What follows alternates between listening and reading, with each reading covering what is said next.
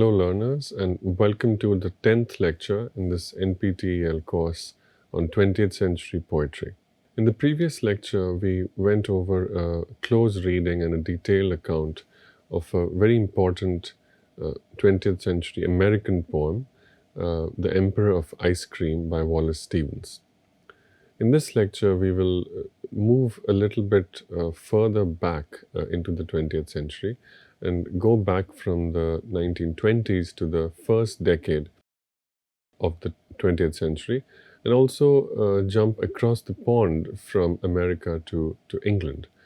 We will revisit and spend some time with the words of the novelist, poet, writer, and all-round very, very influential literary figure of the 19th and 20th centuries. That's Thomas Hardy. Hardy is usually very well known as a novelist, but in the recent past, Hardy's reputation as a poet has really skyrocketed. Hardy himself was a much more ambitious poet than a novelist, and Hardy wrote or turned to writing prose fiction simply because it was easier for him to succeed as a writer. And once he had established his reputation as a novelist and it was easy for him to get his work published, he turned to writing poetry full time. This is something that a lot of scholars have noticed, and as a result, in the past couple of decades, there's been a lot of critical attention being paid to Thomas Hardy's poems. In addition to Hardy's own ambition, and in addition to scholars finding new texts by a famous writer to write about, there are some more very powerful and compelling reasons why Thomas Hardy merits sustained and detailed attention as a poet as compared to simply as a novelist. And that reason is that Hardy is an excellent, powerful, and moving poet. And the shining testament of Hardy's strengths as a poet may be said to be the text of Poems of 1912-1913. This was a slim volume, a collection of poems, which Hardy published in the time that the title says, that is, towards the end of the year 1912 and the beginning of 1913. The occasion was the sudden death of Hardy's first wife, that is Emma Gifford or Emma Hardy, on November 27, 1912. Hardy was deeply affected by her passing, despite their estranged relationship in later years. So you can see that in this very occasion for the writing of this collection of poetry, we find that the conditions of elegy, mourning, melancholia, they're all being met. To briefly recall, we had described Sigmund Freud's distinction between mourning and melancholia as the psychological processes that afflict a person immediately after the passing of a loved one. Thomas Hardy, after the death of his wife, was in that situation, and his poems published in this text give us an occasion to evaluate to what extent Hardy was in mourning or in melancholia. The poems reflect Hardy's grief and his visit to Cornwall, the particular district in England where the two had spent time during their courtship. So it was after Emma's passing, Hardy decides to travel to the place where the two had met when they were younger. Hardy visits a lot of familiar places, including restaurants, hotels, scenic locations, walks, farms, both natural as well as cultural sites of tourism, and is deeply affected. He attempts to console himself, and that's what a typical healthy act of mourning would lead us to expect, that the poems about Emma might be an attempt for Hardy to reconcile himself to this grief. And it might be natural to expect that through writing about Emma, by describing his memories, by revisiting the places where the two had spent time, Hardy is trying to come to a place of reconciliation, acceptance, and consolation. That once he has written through or written out his memories, he will be consoled, that he will be in a much more peaceful, less turbulent emotional state, and he will be able to focus on other things. He'll be able to move on from this grief which has interrupted the poet. That resolution, neat as it sounds in theory, does not occur. Therefore, there are many moments in this collection which would lead us to expect that Hardy is not in mourning but has slipped into a deeper, darker emotional terrain, which, to use Freud's pathological term, might be called melancholia. I will also briefly remind us all of the distinction between the psychological and psychoanalytic terms and the way the literary genre has been analyzed. Peter Sack, who I'll briefly recall just now, also a little bit later, describes that elegiac tradition in English poetry reenacts Freud's psychological replacement and substitution of the lost object. This, as I mentioned earlier, is influential and useful, but not the most profitable way of reading elegy. Jahan Ramazani, as I mentioned earlier, gives us a much more persuasive account of reading elegy.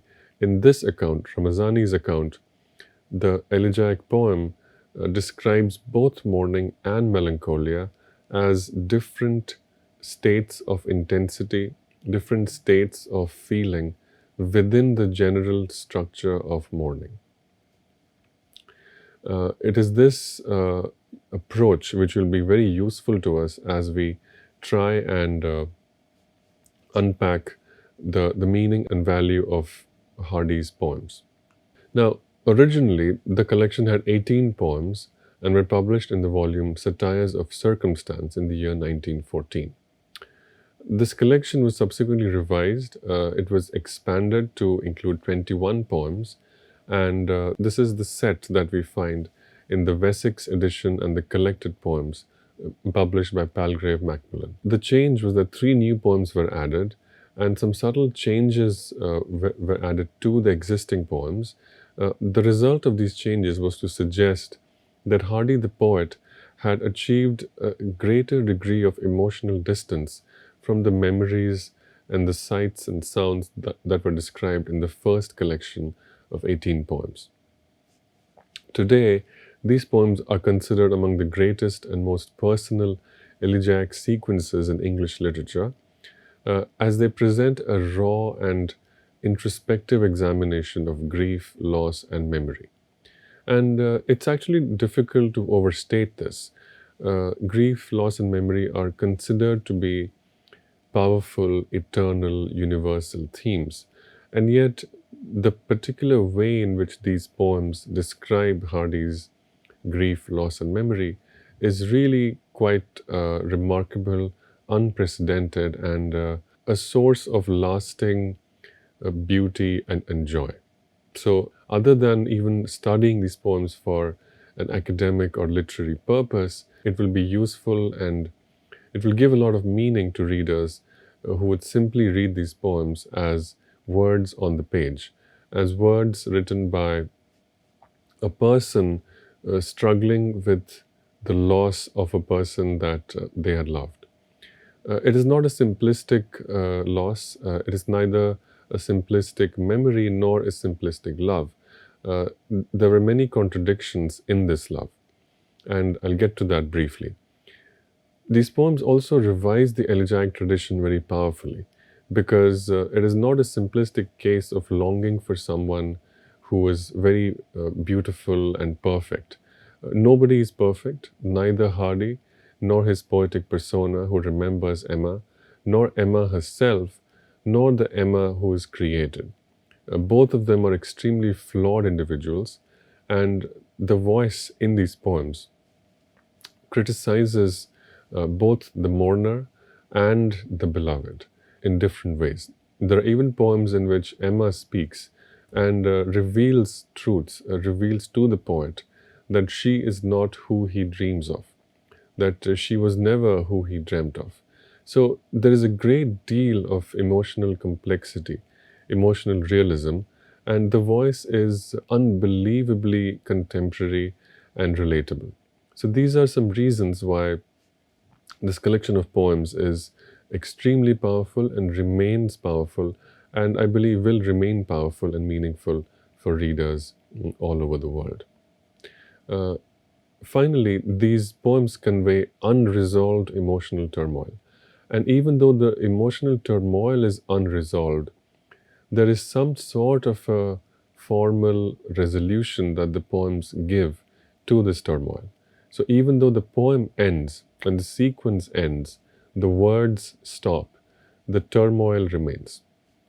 And it's a very unique experience to feel that even though the words have ended, the thoughts, the feelings that they have invoked will always stay. And it is the lack of resolution which makes the words even more powerful and moving. So, the scholar Tim Armstrong describes this sequence as offering a substantial revision to the elegiac tradition for the 20th century. As I just mentioned, scholars all over have affirmed that it is an honest and uncompromising portrayal of grief. Hardy and Emma's romantic beginnings are fictionalized in his early novel, that is, A Pair of Blue Eyes, published in the year 1872. This novel describes in a fictional way their courtship in the district of Cornwall.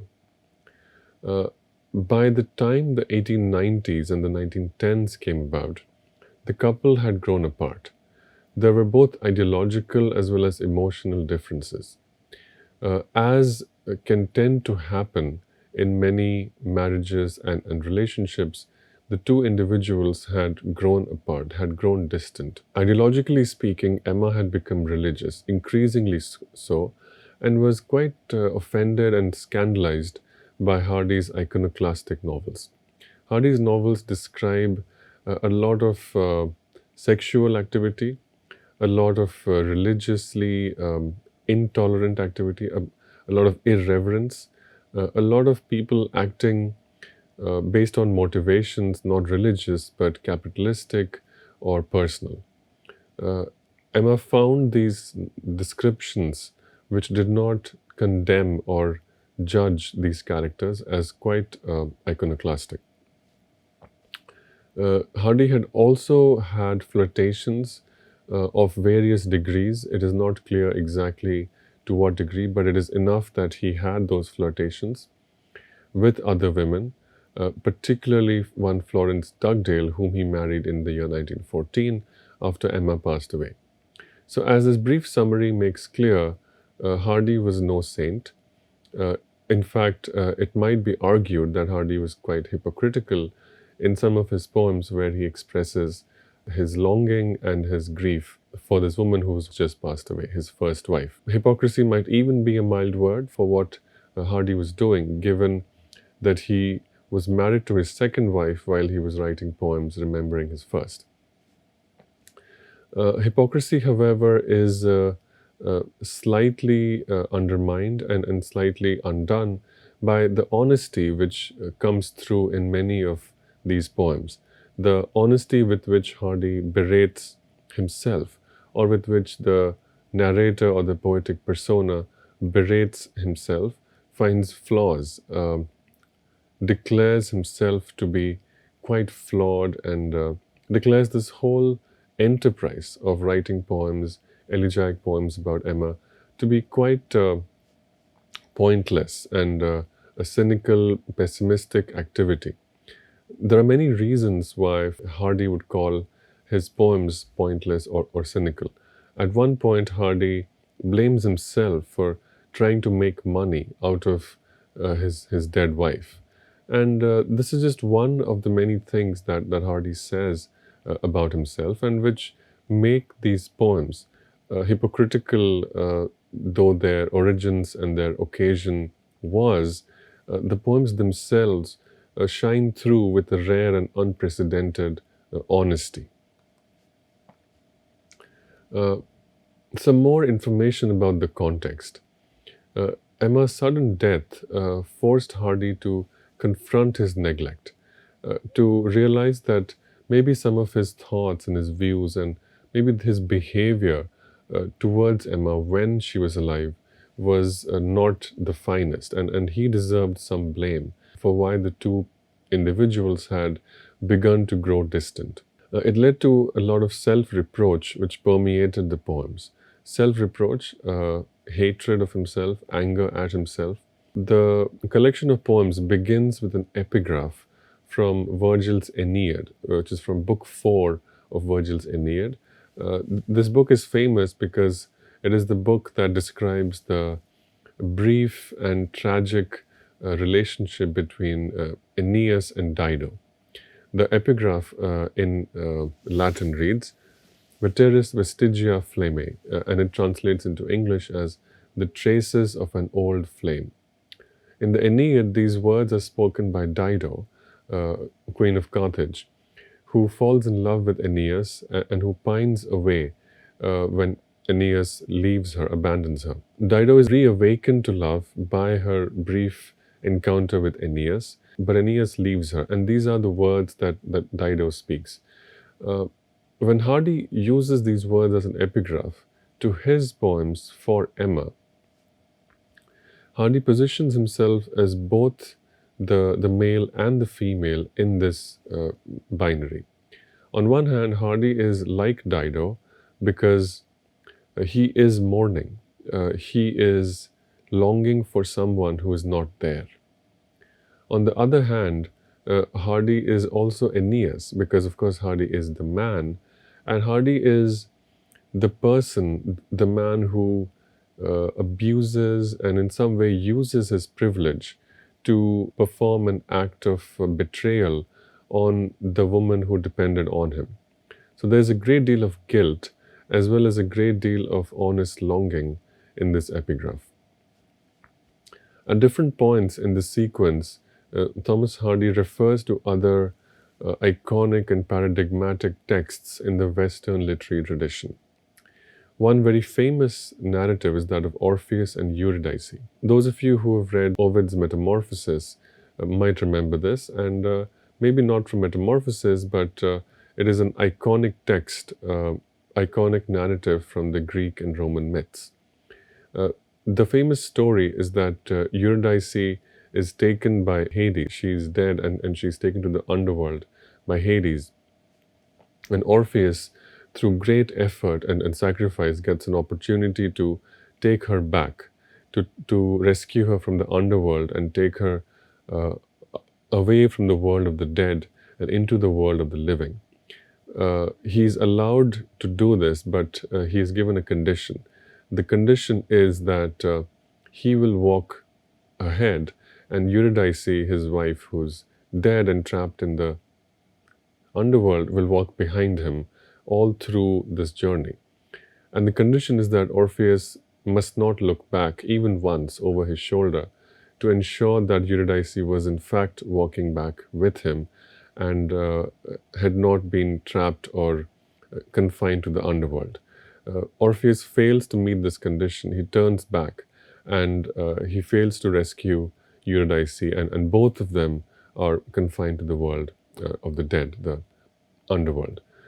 This tragic story is referred to several times in Hardy's sequence, as is Dante's Purgatorio, in which Dante meets Beatrice, who is a redemptive as well as an accusatory figure in the Purgatory, which is a Catholic or Christian idea of the underworld.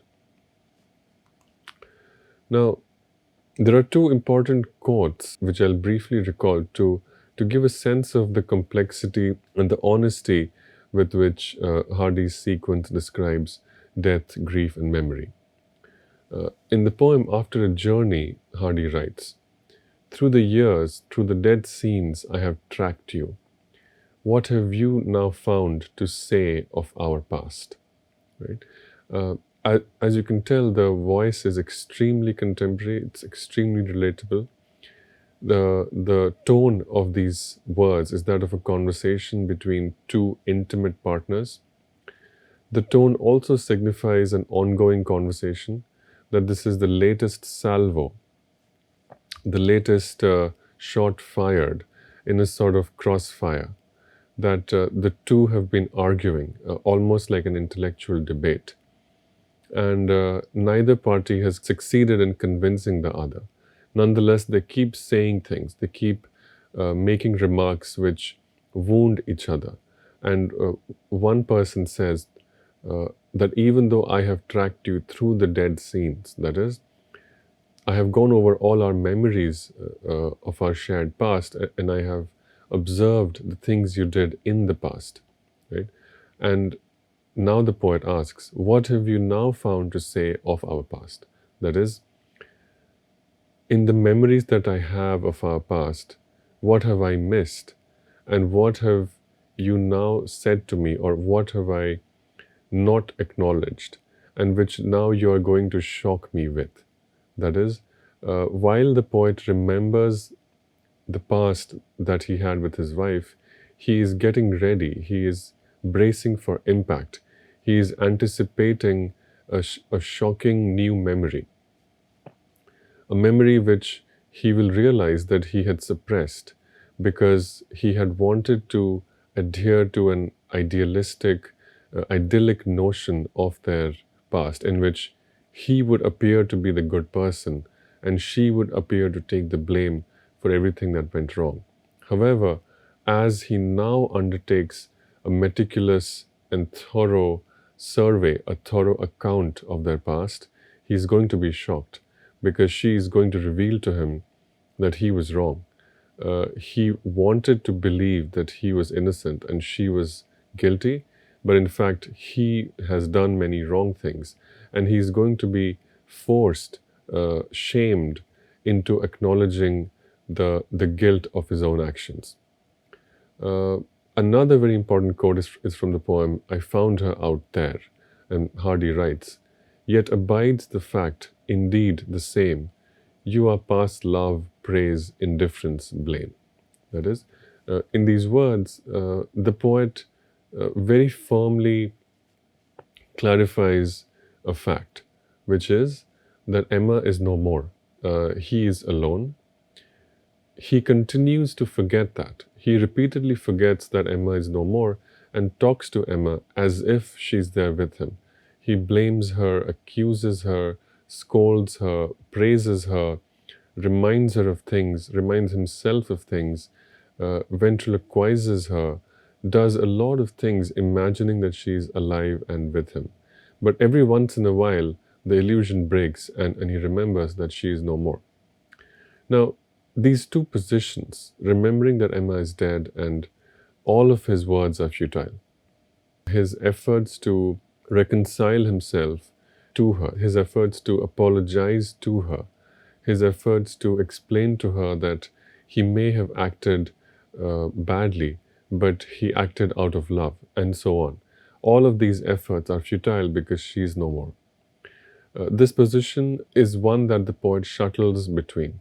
This is one point from which and to which the poet continuously returns. The other point is that Emma might be dead, but he is alive, and her memories of Emma are as real as Emma's existence. In fact, they are real because they are critical to Hardy's present.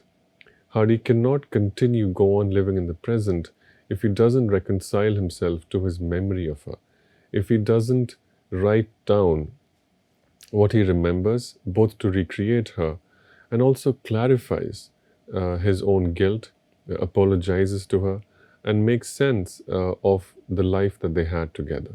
These two positions drive the poet almost mad, sometimes with despair. But the good news for us readers is that despite or what could have been psychological madness or despair turns into excellent and very powerful English poetry on the page. Now, traditionally, the elegy provides a narrative of consolation and the reintegration of the mourner. As I summarized from Peter Sacks's book, The English Elegy, Hardy is a good candidate for understanding how elegy works in this very traditional mode. That is, by writing an elegy, the mourning poet creates a substitute for the person who has died.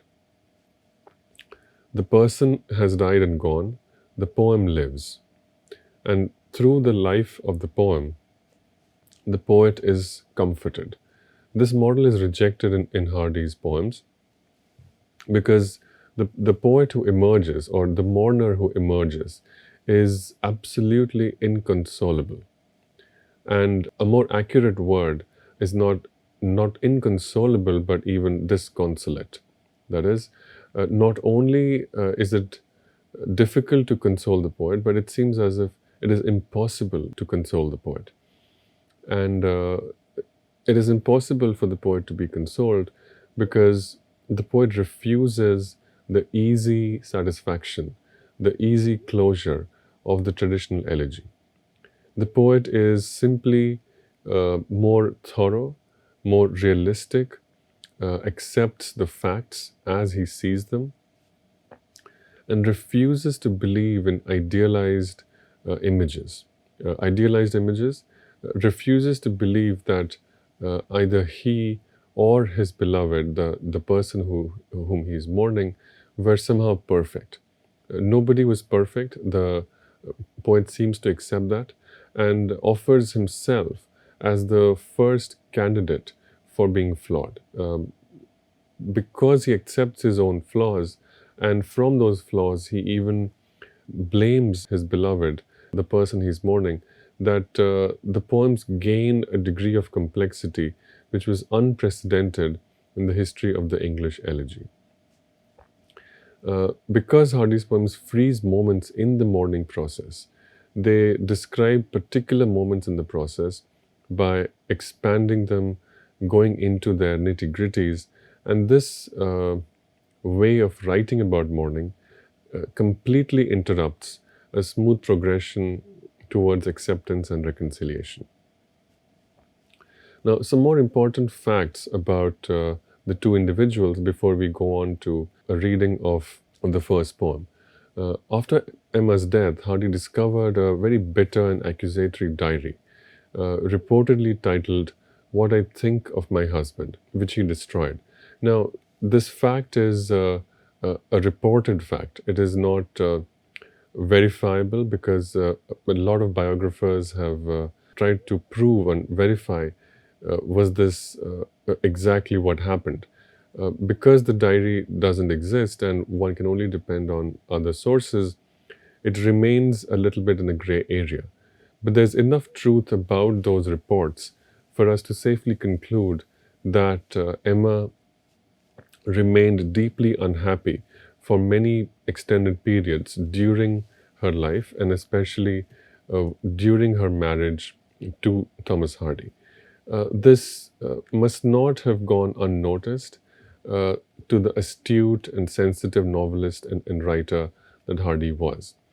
And the question is, how did Hardy react to it as a writer? We cannot say how Hardy might have reacted to this as a person, but the poems that Hardy wrote are very, very detailed and thorough about Hardy's many failures as a husband. We will read the first poem, The Going, and we will see exactly how these accusations fly in both directions. But for now, it's important to note that there is a tussle between aggression and guilt. Hardy, as a poet, as a mourner, is angry. Like all melancholic mourners do, Hardy blames Emma for leaving him alone. And yet, immediately after that, Hardy blames himself for driving her away. So this push and pull, this back and forth, continues and makes for highly engaging poems. There's also continuous geographical and temporal shifts. The poems move from Dorset to Cornwall. Dorset is where Hardy is in the present. Cornwall is where the two had spent time during their courtship. There are also a lot of physical and emotional landscapes. There is a shuttling between old Emma and young Emma. That is, the Emma that Hardy remembers as an idealized, beautiful, perfect, innocent woman, and the Emma that Hardy remembers having read her diary supposedly, and the Emma that Hardy understands as a mature, truthful, and very self aware person who was not idealized, not innocent, not perfect, but a realistic and honest person who was quite justifiably angry and unhappy at the things that Hardy had done. The sequence has three general phases. The first, early poems explore Emma's death and Hardy's emotional paralysis. The mid sequence marks a turning point, allowing Hardy to revisit those memories. And the late poems suggest an acceptance but not reconciliation, with imagery of ashes and loss. So you can see that this three-part structure very briefly tries to replicate Peter Sacks's Freudian analogy for the elegy. But the last step, the fact that in the last phase, Hardy's poems do not reconcile, do not produce closure, but remain extremely open ended. The grieving poet does not find an end to his grief in the poems. If anything, the poems begin a much more intense, a much more honest, much more relentless and unforgiving act of grieving. How cruel or how kind is that? That is not for the modern poet to answer. The 20th century poet is not performing a sort of public or community service like Alfred Lord Tennyson or Milton did with their poems In Memoriam and Lycidas. Rather, Thomas Hardy inaugurates the 20th century poetic tradition by a razor sharp accuracy, by describing emotions fearlessly, by describing emotions without concern for the kind of comfort or discomfort they produce. And in fact, many of these poems are extremely disturbing in the things they reveal about both the person who is mourning and the person whose loss he is mourning. We will continue this discussion with the reading of the first three poems in the sequence in the next lecture. Thank you.